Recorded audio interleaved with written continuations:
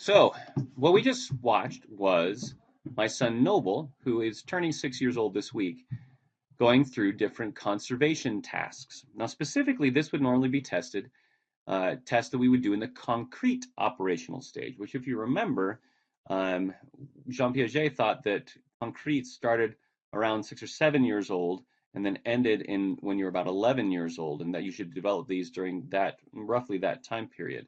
Now, what you saw is that Noble was able to do all three of those successfully. The first was a conservation of number task. So that's when we had the same number of M&Ms in the top line and the same number in the bottom line. When we stretched them out, a child that would fail the conservation of number task would think that the second line that is stretched out actually has a higher number, has more of the M&Ms in this particular case. Conservation of volume was with the glasses of Kool-Aid. The shorter glass has the same amount as the taller glass. Children who fail the conservation of volume task generally think that the taller glass has more because it's taller. It seems like it has more. The conservation of weight just says that if it weighs the same at one point, even though you squish it up or change it, it should weigh the same the second time. Children who fail the conservation of weight task will think that the squished one weighs less than the puffed up one. They won't think it's the same. So, according to Piaget, Noble shouldn't have been able to do that until he was finishing up the concrete operational, except that we all understand that different children go in different orders, right? So these are not fixed things. It's not like as soon as you turn 11, you're going to go directly from concrete to formal operational. Like you can't have any abstract thought before that formal operational 11th birthday. That's not the way it works.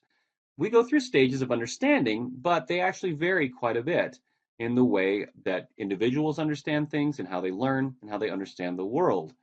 So, though this is an important theory, we have to take it with a grain of salt in that some kids are going to go faster, some are going to go slower, some are going to develop some things quicker than others, depending on their background, depending on their abilities, depending on a lot of different things. Now let's move to a different theory. This is Kohlberg's stages of morality. Kohlberg is not Piaget. They are not trying to measure or talk about stages of the same thing. Kohlberg's stage theory is about how we understand what is right or wrong in our world.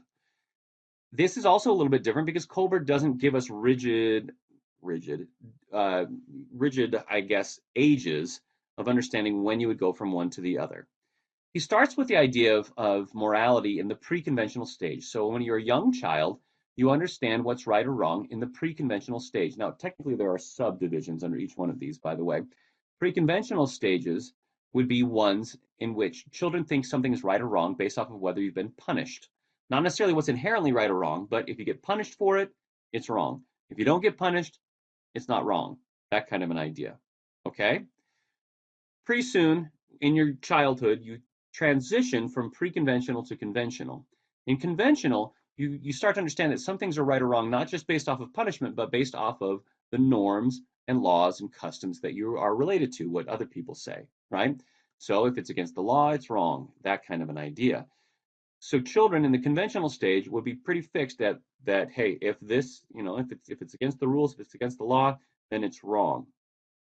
The post-conventional stage, Kohlberg actually didn't believe that most adults, well, he didn't believe that a lot of adults got into the post-conventional stage. He was also a little sexist and was inclined to believe that women tended not to get into the post-conventional stage either. But that being said, the post-conventional stage is the idea that you understand what is right or wrong based off of your own individual morality, right? I decide what is right or wrong for me. And sometimes that's in line with society's conventions, and sometimes it's not. That would be post-conventional stage. Now, to test this, Kohlberg would give people scenarios, or dilemmas is what he would call them. Tell them a story and say, all right, tell me what you think. Tell me what was right or what was wrong, what would be right or what would be wrong in these. The most famous of these is the Heinz Dilemma.